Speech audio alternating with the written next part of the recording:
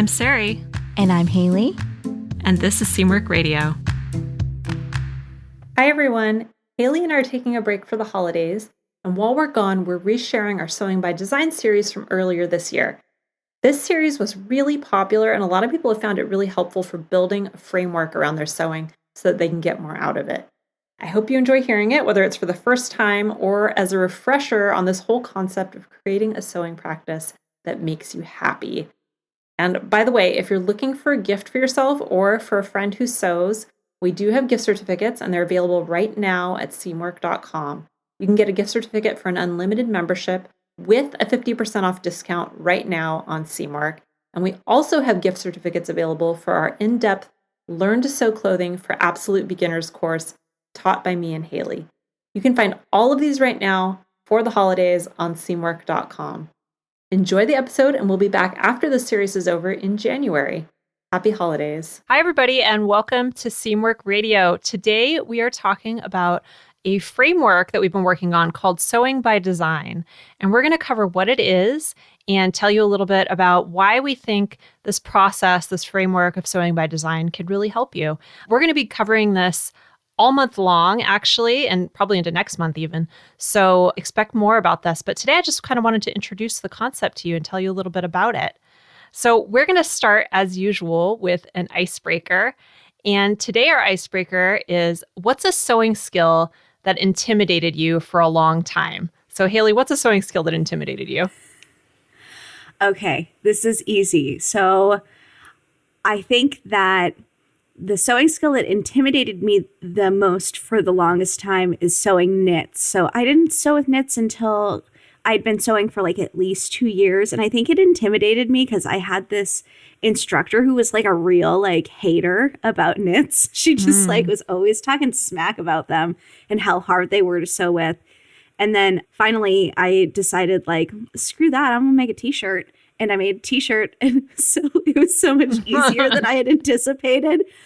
I had like done so many things at that point. I'd made like tailored shirts and like sewn with silk and on the bias and all sorts of things. And I was like, really? Like, this is what's like I'm not feeling really confident about for some reason. And I haven't looked back since. I love sewing with knits now. So it was definitely more of a mental block than anything. Yeah, I think I kind of felt the same way about knits for a long time early on with sewing, because it feels so different from sewing with wovens, and you kind of feel like, oh, I need some extra equipment. You know, I can't do it without a serger. I need this, I need that. And it is different, but once you learn the basics of it, it's actually easy, and it's a lot faster than sewing with wovens. Totally. So I love sewing with knits now, but I could totally see that. I think probably a lot of newer sewers probably feel that way. Yeah, I think for me, something that I would say intimidated me for a long time, and maybe still does, is making jeans. I think it's because I realized that a lot of the fit and a lot of the quality of the jeans is really dependent on the fabric. And so if you don't have exactly the right fabric, it can really make or break your jeans. You can put a lot of work into creating them, and it still could not work out just because the fabric is not the right quality. So that's something that has always intimidated me a little bit. It just seems difficult to find and source the fabric that's going to make it a really, really successful project. And I'm pretty picky about my jeans, so that might be part of it too. Well, and the thing about like obstacles that involve fabric and sourcing is that in lots of ways it's a little bit out of your control. There's like things you can do to get a little bit more control over the situation, but ultimately like a fabric's going to do what it's going to do, and lots of times you don't know what that is until you finished the project. So yeah, that always makes it hard. It always is a little bit nerve-wracking. I think anything to do with the fabric and materials, I think that can be nerve-wracking. I wanted to talk about this because I just feel like a lot of people, when they come into sewing, or even when you're more of an intermediate sewer, you have those things that are kind of blockages. And that's one of the reasons we wanted to talk about this framework today, because I think there are ways around those blockages if you have kind of an intentional way of approaching your sewing. Yeah, I mean, sewing is is really hard. And we've been helping people learn how to sew and teaching people how to sew for long enough to know that people can encounter these difficulties regardless of what phase or stage they are in their sewing journey. Mm-hmm. And lately we've been kind of like talking about like, why is this so? And lots of times when Sarai and I are talking about these things, we often draw comparisons between sewing and knitting. And it seems like knitting is like the skill that, not to minimize like what an incredible skill set it is, but it seems like something that people are able to like grapple with the learning process of knitting independently a little bit easier than they are with sewing. And that's, in my opinion, because the skill set of sewing is so incredibly vast. People have like lots of different reasons for sewing. They have lots of different goals when it comes to sewing. And there's so much information out there, and it's hard to kind of figure out, how do you get from A being not really knowing how to sew or having minimal skills, to B being whatever your goal is. Yeah, and that's why we wanted to develop some kind of a framework that could help people get through that process and really approach it in a more thoughtful and methodical way. I think what you said about knitting is true. I personally, when I learned to knit, I feel like with knitting, there are two things you really have to know in order to knit something. You have to know how to knit and you have to know how to purl. And you don't even need to know how to purl if you want to make a scarf. And there's a couple other things, casting on and things, but those are kind of the main things. And there are variations on that you can do in order to create all these intricate patterns. Mm-hmm. But with sewing, there really is kind of, I feel, a lot more variety in the skills and a lot more of the motor skills that are needed in order to master those things. Mm-hmm. So for me with knitting, it was more like, I want to learn how to do color work, for example. I want to learn how to do Fair Isle. So I'd find a pattern that had Fair Isle, and then I would find a tutorial on how to do it, and I would learn how to do it. And it was pretty clear what the skill was that I needed to master to do that project. Whereas I think with sewing, there are a whole group of skills you might need to master in order to get to the next level or to tackle a certain project. It's not just one at a time like it can be with knitting. Mm-hmm. So I think that's something that makes it a little bit trickier for people as they develop skills. Mm-hmm. Something that we have been asking ourselves and surveying people and gathering a lot of information on is how people learn how to sew. So Sarai, how did you initially learn how to sew? My grandmother taught me the basics. She taught me how to use a sewing machine, and we made a pattern together the first time. Honestly, she did most of the work, I think, on that first pattern. And it came out beautifully because mostly she made it. Mm-hmm. And then after that, I was kind of off and running and learning on my own. And for me, there was a lot of trial and error and just kind of diving in and doing things I didn't know how to do, which, we talked about it when we talked about ambitious learners versus cautious learners in a previous episode. And I'm more of the ambitious learner. So I made a lot of mistakes and made a lot of, weird stuff that didn't really fit or wasn't what I had envisioned. And, that was okay for me. But I did learn mostly on my own from that point until maybe I was a little bit older and there was more material available on the internet to learn from when I got a little bit older. But mostly it was a lot of trial and error after the initial basics. What about you? Well, I didn't learn how to sew until I went to school for apparel design. And so I learned to sew as part of a curriculum.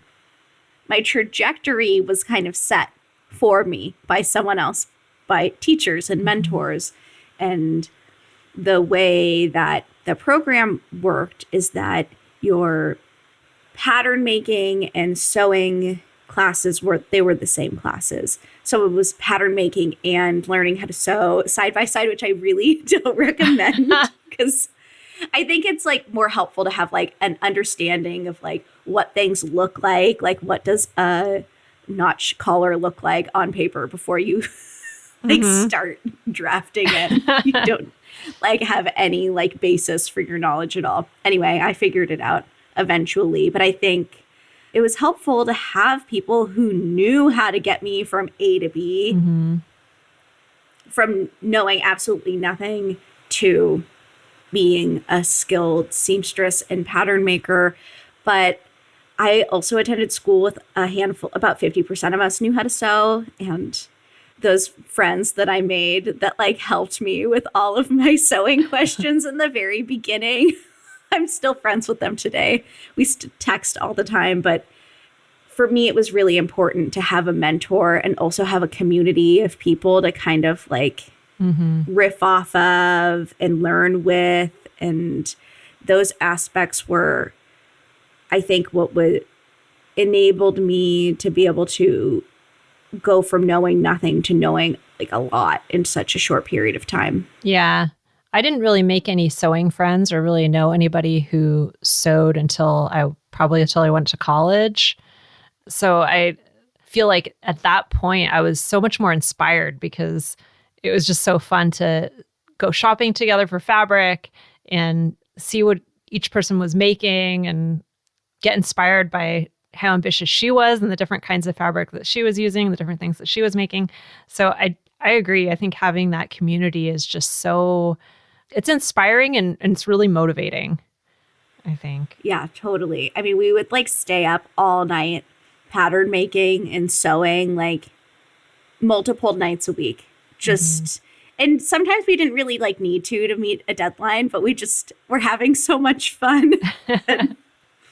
We did anyway. And just totally like just screwing around and being ridiculous, college kids. I think that brings us to kind of talking about how we kind of get better over time, not just how we learn to sew, but how do we actually progress our skills over time. And I think in the beginning, when I was learning how to sew, and like I said, everything was very experimental and I was just trying different things and I would do things completely the wrong way because it made sense in my head at the time. And then I think once I became a little bit more studious about it and actually started, buying books and talking to people about it and learning actual techniques and trying to get better, that was when I learned so much faster. And if I had, combined that spirit of experimentation with the more methodical approach to learning, then I would have gotten to where I wanted to be a lot faster. Yeah. I don't think the two things are mutually exclusive. I think you can do both. Yeah, totally.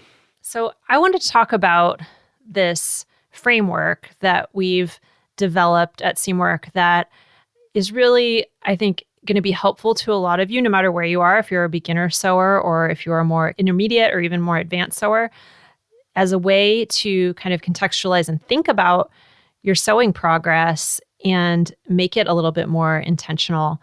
So it's got basically 5 layers to it, and I'm going to explain what those layers are. They aren't really steps per se. The first 2 are steps in a way. The first 2 have an order to them. The others a little bit less so, and I'll explain what I mean. So the first layer here is your foundation. So we're calling this layer foundation. So if you think about it like a house, I think, Haley, you came up with this metaphor, and I love it. I think it makes a lot of sense. So if you think about building a house, when you build a house, you're not going to start by kind of picking out furniture or deciding what wallpaper you want.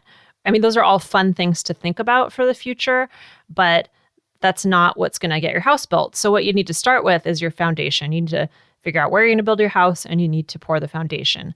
And so that first step of laying your foundation are those core skills that you really need in order to build over time. In our next episode, we're going to talk about what we think those core skills are, and we'll kind of go through them. But those are the things that are really going to help you to sew whatever you want in the future. If you have these skills, then you can build on those skills and improve those skills and add to those skills in different ways in order to become better at sewing. So that's your foundation. And then the next step, this is the one that I think a lot of people don't really think about. This is sort of the frame of the house. So the next step after you build your foundation might be to build the outer walls of your house, the outer walls and the roof, right? So this is sort of your container for the rest of your sewing practice. And we're calling this building your practice. So this is the part of sewing where you've got your basic skills down, but at this point, what you really need to do is build momentum around your sewing. And this is actually the really fun part, I think, because this is the part where you get to try some different things, but you also get to think about more of the mindset around sewing and what you want to get out of it and what you want your practice to be like, whether you want to, make a ton of stuff or if you want to have a more considered wardrobe in the future, if you want to make sewing kind of a self-care practice and have it be something that is kind of your special me time. Some people, that's what's really important to them about sewing. So this is the part of your journey where you're making sewing really fun and really enjoyable for yourself and just kind of falling in love with it. And I think that's really important. I think that's something that people don't really consider. They just kind of want to get to the point where they're making stuff that they want to make. And I think it's really helpful to kind of step back and figure out what is going to make you really happy with your sewing and keep you going. Don't you think so, Haley? Yeah, I think this stage is all about like finding the purpose that sewing fulfills in your life and practicing those skills that you established in laying your foundation. Because in laying your foundation, those are a lot of, we'll talk a lot more about this next week, but these are the component skills that you need for pretty much any project. And you got to put those into practice in this stage.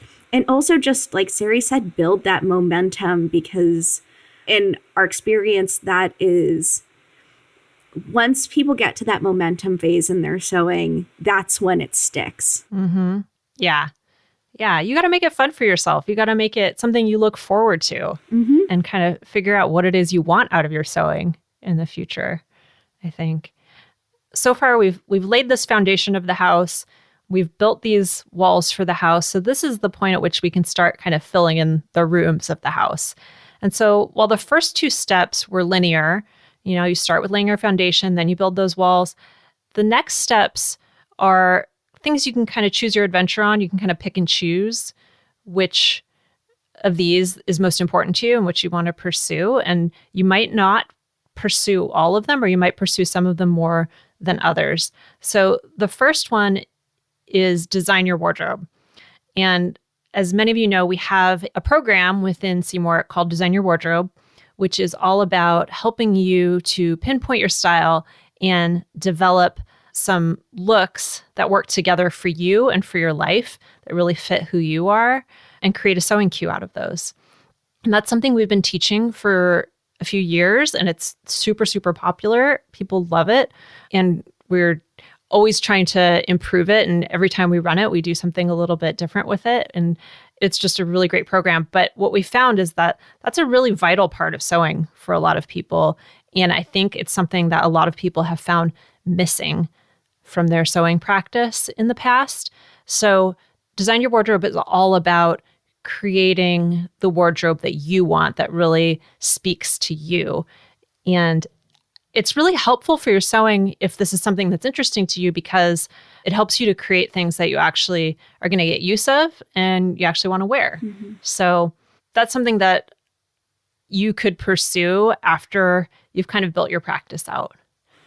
I just love Design Your Wardrobe. I love every time we run it. It's so fun to see what people come up with and what people make and how inspired they are.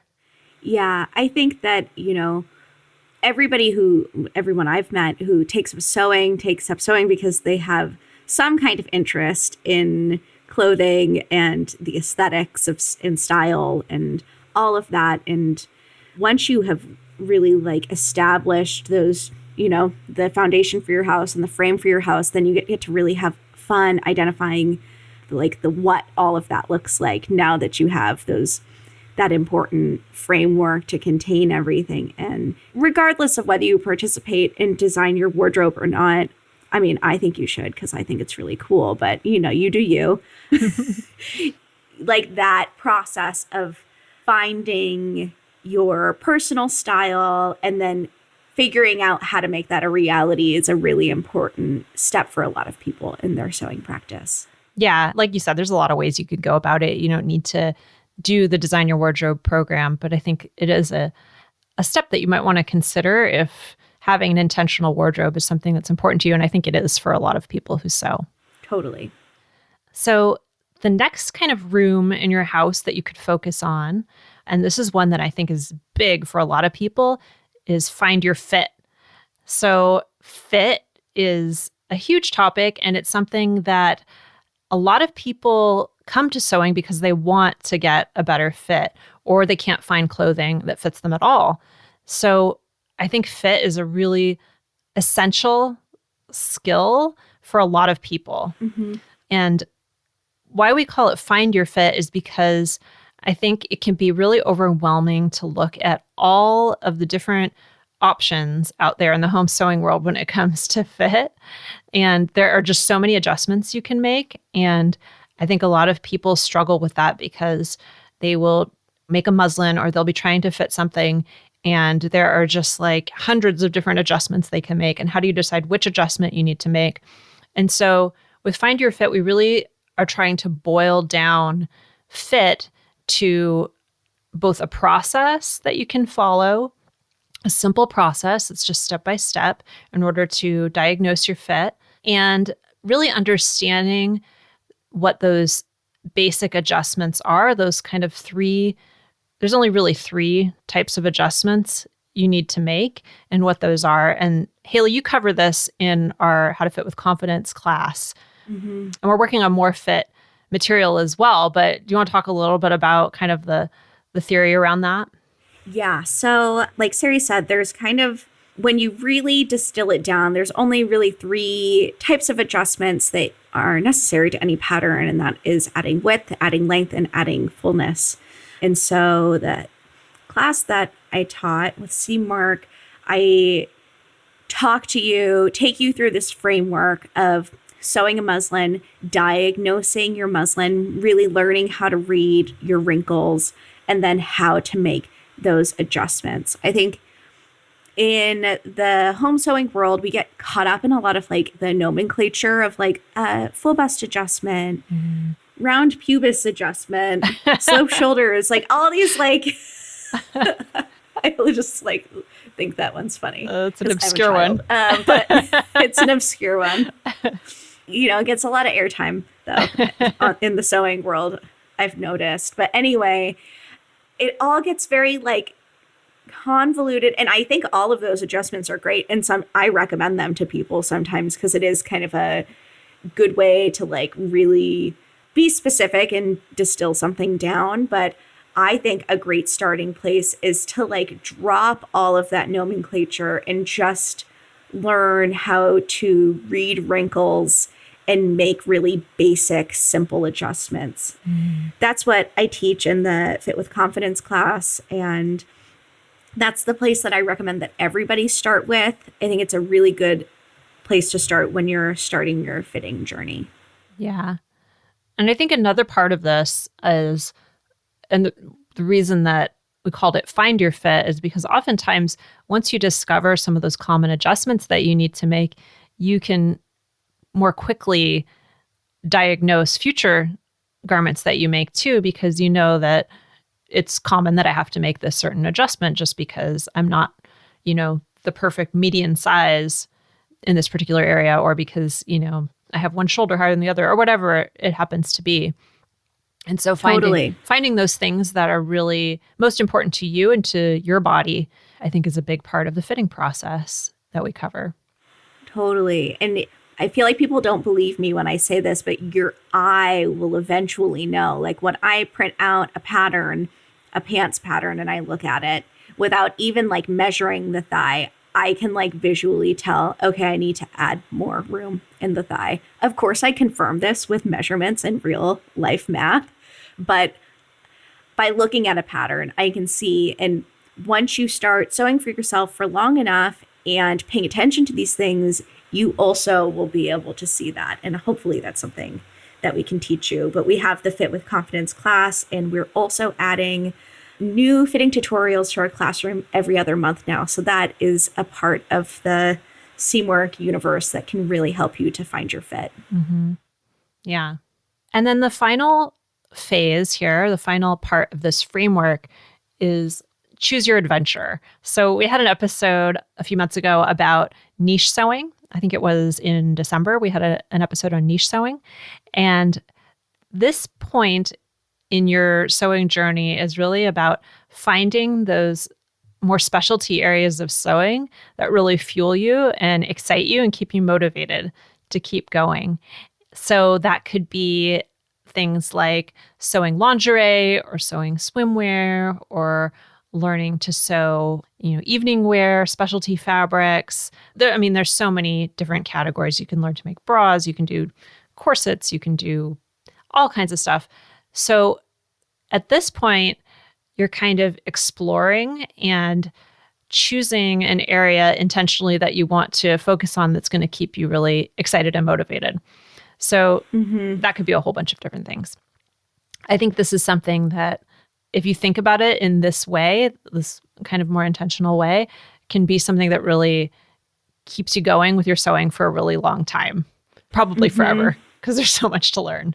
Totally. And even within choosing your adventure and these niche sewing, you have these unique opportunities to revisit laying your foundation. And maybe it's like building an addition onto your little sewing house. But yeah, that's a good way to think about it. I think a lot of people who come to sewing and who really stick with it, even just past that initial phase, are people who love learning and love trying new things and love making stuff and seeing things that they've made with their own hands. So I think this part is really important for the more advanced and intermediate sewers, but also even for the beginner sewers, because it's just so, it's just so motivating, I think, for people like us that love learning. I know, just talking about it. We've talked about it countless times, and I'm like, oh, I'm so excited about this. Such a good metaphor. And now we have additions on the metaphor. So I'm really excited about that. Put in some dormer windows. Yeah. It's going to look like the Winchester Mystery House eventually with all of our skills added onto it. Just how I like it. Weird. So that's Sewing by Design, our framework that we are teaching within Seamwork. And if you're interested in any of these things, we'll put some links into the show notes to some of the things that we talked about. But over the course of the next 5 weeks, we're really going to go into depth on each phase in a little bit more detail. So if you're interested in this and you kind of have been thinking about how to keep yourself motivated and having fun with your sewing, if maybe you've felt a little blah about it, or you feel like you could learn some new skills and have a little bit more fun with your sewing, then over the next 5 weeks, you're going to learn a little bit more about each of these things and kind of see where you fall and see what might be a good next step for you. So yeah, that's it. You want to recap for us, Haley? Yeah. So today we talked about the Sewing by Design framework, which we like to use the metaphor of a house. So there's 5 parts to this framework. Part 1 and 2 are kind of linear. The rest are not so much. But part 1 is lay your foundation. And this really consists of the component skills that you need to basically sew anything, which we're going to be talking about more next week. So be sure to listen to that episode for more. After that, you start to build your practice. So in building your practice, you are both practicing those foundation skills that you established in laying your foundation, but also you're building your actual sewing practice and gaining that momentum that keeps you coming back for more sewing time and time again. And then kind of contained within building your practice and beyond that, we have the 3 kind of additional things that you can do. Your design your wardrobe, which is just identifying your style and figuring out how to build a wardrobe with intention. Finding your fit, which is all about learning how to fit and becoming familiar with your body and the accommodations that you'll want to make for it. And then Choose Your Adventure, which is all about niche sewing and just getting really cozy with the fine details of sewing. So this could be sewing with specialty fabrics, bra making, swimwear. I don't know, maybe you cosplay, any of those things that are just really niche sewing pursuits. So if you want to learn more about this, be sure to check out the show notes. We'll link to Design Your Wardrobe and Fit with Confidence, as well as the fitting tutorials that are in the classroom. Yeah. So thank you guys so much for joining us today. We wanted to share a recent review we got. We always love reading your reviews, and we've got a few good ones. We were actually over, as we're recording this, we're over 400 ratings and reviews on Apple Podcasts. So we are so excited about that. I'm just amazed at how much the podcast is growing lately. So thank you all for listening. So here's a nice review we have from HMO125. And this person says, CMRC Radio provides so much valuable info to fuel my sojo. Endlessly inspiring. And if you're not a CMRC member, I highly recommend that too. Wow, a little ad for us there with the reviews. Why, thank you. Thank you. Thank you, HMO125. I don't know if you get to really choose. I don't know when you choose your name within the Apple Podcasts rating system. I left a review recently. I love reading people's names. It's so funny. I left a review on a podcast recently, and I was like, it doesn't really show you what your name is going to be, and I don't know when I put in the name, and when I posted it, I was like, oh, okay, well, that's a surprise. I don't remember setting that name. But anyway, thank you so much. Really, really appreciate that. And if you would like to leave a review for us on Apple Podcasts, please do. We super appreciate it, and it helps other people to find the show and spread the good word about sewing. All right, so that's it for us today. I'm Sarai. And I'm Haley. And this was CMRC Radio. CMRC Radio is brought to you by the team at CMRC. CMRC's an online community that supports you in creating a wardrobe that feels right for you. When you join us at CMRC, you become part of our private community of makers, and you also get access to monthly sew-along classes, a library of over 200 sewing patterns, and tons of great resources to help guide you through the sewing adventure that you choose. Podcast listeners can get half off a CMRC Unlimited membership, which means you can download as many of those 200 plus patterns as you want at any time, and our community will be there to guide and support you. If you'd like to join us for half off, just visit cmrc.com/go/podcast50. You can also find us on Instagram at CMRC, or visit our YouTube channel, which is called CMRC Video. We love hearing from you, so let us know if there's a topic or a personal story that you'd like us to cover. Thanks for listening to CMRC Radio.